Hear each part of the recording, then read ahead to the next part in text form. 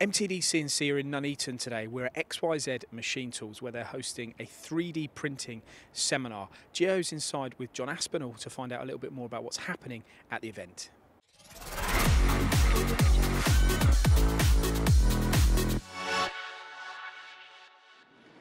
John, it's 9 o'clock in the morning. People have not arrived yet.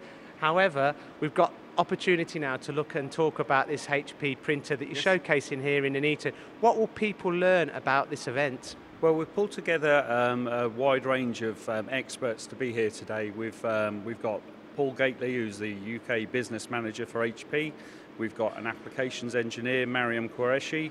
She's going to be talking about what applications are suitable for this machine, hopefully give customers some idea of what they can get from the machine. We're Graham Bond from a company called FDM Digital Solutions. He puts a lot of value added. He's effectively a posh bureau. They do some design work, and he's a user of the machine already, so he's aware of its. If it has any shortfalls, obviously it doesn't, yeah, what the machine's capable of. Paul, what's your role at HP? I'm UK and Ireland business manager for 3D printing business unit. Okay, we've got lots of manufacturers coming here today to these seminars. What will you be talking to them about? Why HP have come into the marketplace in disrupting the additive manufacturing field. I'm interested in that. When you say disrupting the additive field, obviously our viewers may not be here today, but they'd be interested to hear that from you. So what do you mean by that? So historically, if I classify 3D printing as similar to 2D printing, most of the competitors in the marketplace today are using what I term as a pen plotting operation. So they're depositing material or fusing material together or solidifying material using a pen plotter. HP have come to marketplace using a laser printer concept. It's a single pass across the entire build area, no matter what's in the build area, 10 seconds, next layer, powder goes down, and fuse again.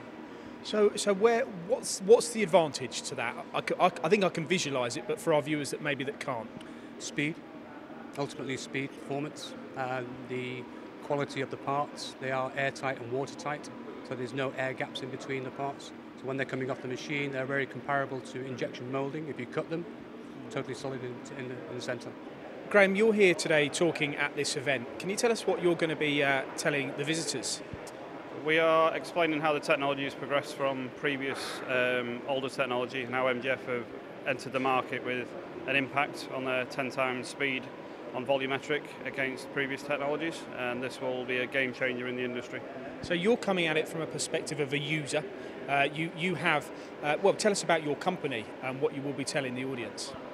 We're an engineering-minded company where we have invested over £1 million in technology that will allow industry to adopt the technology correctly with standards and certification, allowing a full industry progression rather than being more bureau-type led. There's going to be a lot of educational perspectives here today about the new HP printer, but my question too is, HP printers have been around for many years now, so what's so different about this particular piece of equipment? Well, I'm relatively new to the 3D industry. So for me, my journey begins when HP approached us to become channel partners. The 3D printing has been around a while, but our machine brings to the market functional parts. So people would consider a 3D printer to make a part to look at and then go ahead and make a real one. This machine makes the real one, and it does it with very strong materials and 10 times faster than anything else on the market. Your relationship with XYZ, why have they been selected to represent you in this marketplace? Well, because HP are going to the marketplace for low volume production, it's more appropriate to go with people like XYZ who are CNC suppliers on the production shop floor. Rather than targeting engineering companies in the design office, we want to be on the shop floor with low volume production. And it's good news, they've already sold these machines for you and they've only been representing them for a while. That just shows that it was the right choice for you, but there is a marketplace out there and quite a big one too. Oh, huge, huge. HP believe there is a $12 trillion business of engineering manufacturing, and of which we want to capture market share on the plastics. We also will be launching, not launching, but announcing later in the year that we're also going to be printing in metal. So we're going to be here this morning at the event throughout. The pieces you've just seen, you'll be able to see the full interviews on the MTDCNC channel. So don't forget to subscribe and you'll be able to see all the detail. Before we finish this, Gio, this is a real life example, isn't it, of how people can re-engineer parts and get the benefit of 3D printing.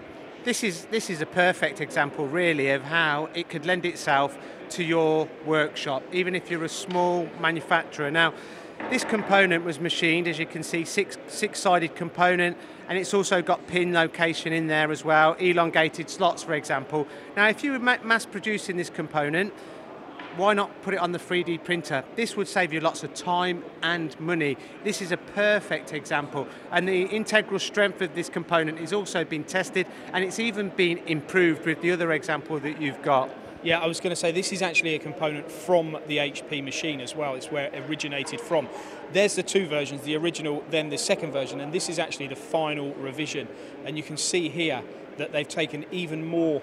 It's changed again to the fact that there's less material there, but it's fit for purpose. That's the key. So, you know, there is an opportunity to get involved in 3D printing, especially the way this game-changing technology is evolving here from HP and XYZ. As I said earlier, you'll be able to see all the full videos from the interviews today on the channel later, so don't forget to subscribe. Let's go and see some of the presentations.